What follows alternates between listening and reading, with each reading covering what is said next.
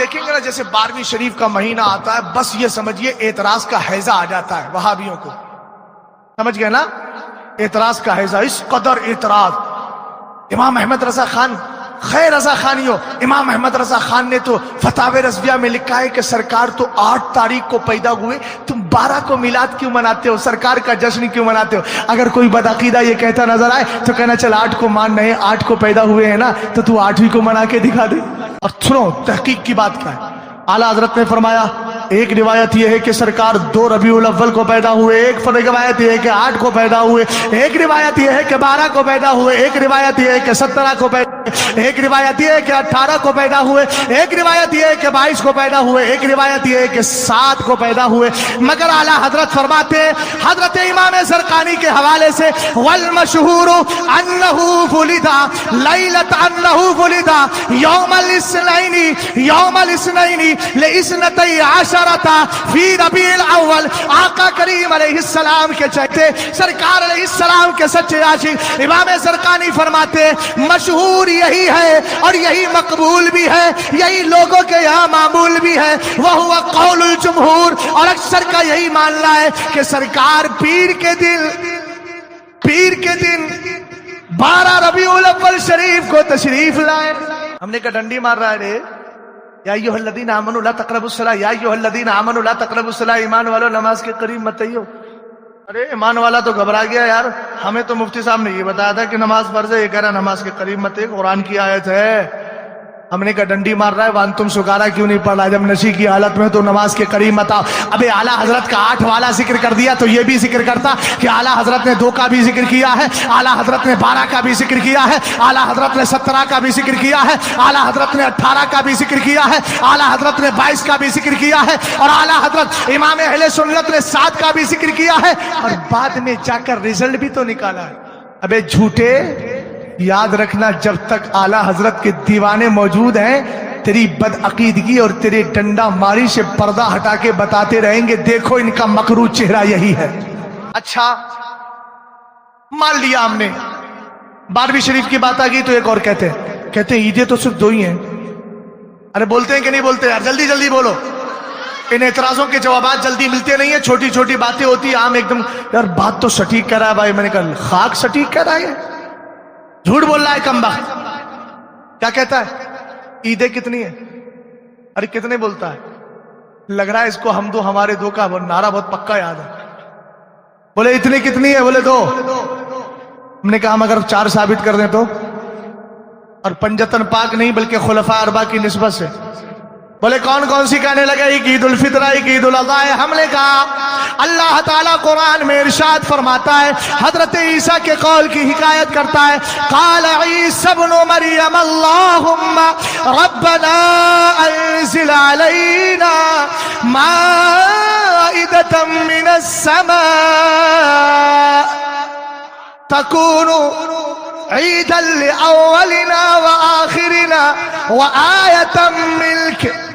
اے اللہ، حضرت عیسیٰ کہتے ہیں اللہ ہمارے لیے آسمان سے دسترخوان اتار دے، یہ دسترخوان ہمارے پہلوں کے لیے بھی عید ہو جائے گی، ہمارے پچھلوں کے لیے بھی عید، ہمارے اگلوں کے لیے بھی عید۔ ہم نے کہا سنی مچل کے کہتا کیوں نہیں؟ جب سرکار علیہ السلام سے پہلے حضرت عیسیٰ علیہ السلام آئے، ان کے یہاں جنت سے دسترخوان اتار دیا جائے تو وہ عید بن جائے، تو جس دن کائنات کا دولہا تشریف لایا ہو وہ عید کا دن کیوں نہیں ہو؟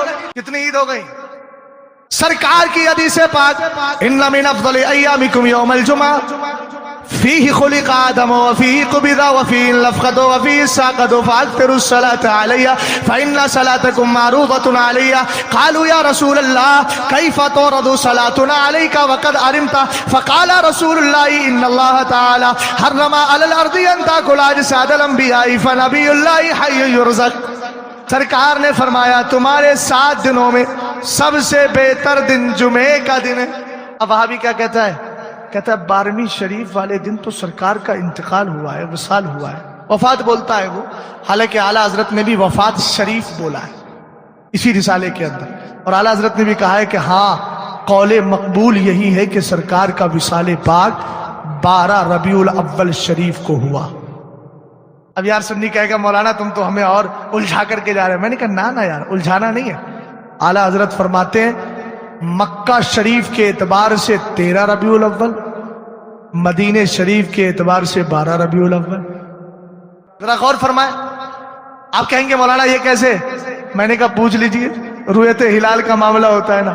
اعلیٰ حضرت کہتے ہیں مکہ شریف میں 29 کا چاند دکھ گیا تھا، اس کے اعتبار سے حضور کا جو وصال ہوا تو 13 ربیع الاول تھی، اور مدینہ شریف میں رؤیت ہلال ثابت نہیں ہوئی، چاند دکھنے کا ثبوت نہیں مل پایا تھا، تو انہوں نے 30 کے حساب سے کہہ دیا کہ حضور کا وصال 12 ربیع الاول کو ہوا ہے. اعلیٰ حضرت جس میدان میں جاتے ہیں بس ایسا لگتا ہے کہ یہ محقق ہے، محقق مجدد ہے. الحمدللہ رب العالمین. توجہ فرمائیے گا ادھر. اب کہتا ہے میاں سرکار کا وصال ہوا تھا. ہم نے کہا ہوا تھا. بول کیا بات ہے؟ بولے غم کا ہے، غم منانا چاہیے خوشی کی. کیوں؟ میں نے کہا ہمارے یہاں بچہ پیدا پہلے ہوتا ہے، انتقال بعد میں کرتا ہے. تیرے یہاں مرنے مرانے کا سلسلہ ہو تو پوری زندگی غم مناتا رہے، ہمیں کیا؟ دوسری بات یہ کہ ہم غم کا منائے رہے.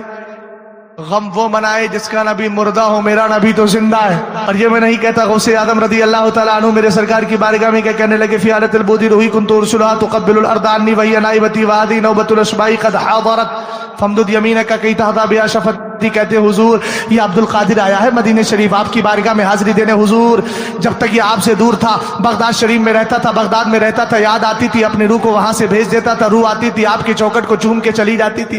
آج کیا چاہتے ہو؟ کہ آج حضور میں چوکھٹ چوم کے نہیں جاؤں گا. فامدد یمینک، اپنا ہاتھ نکالے.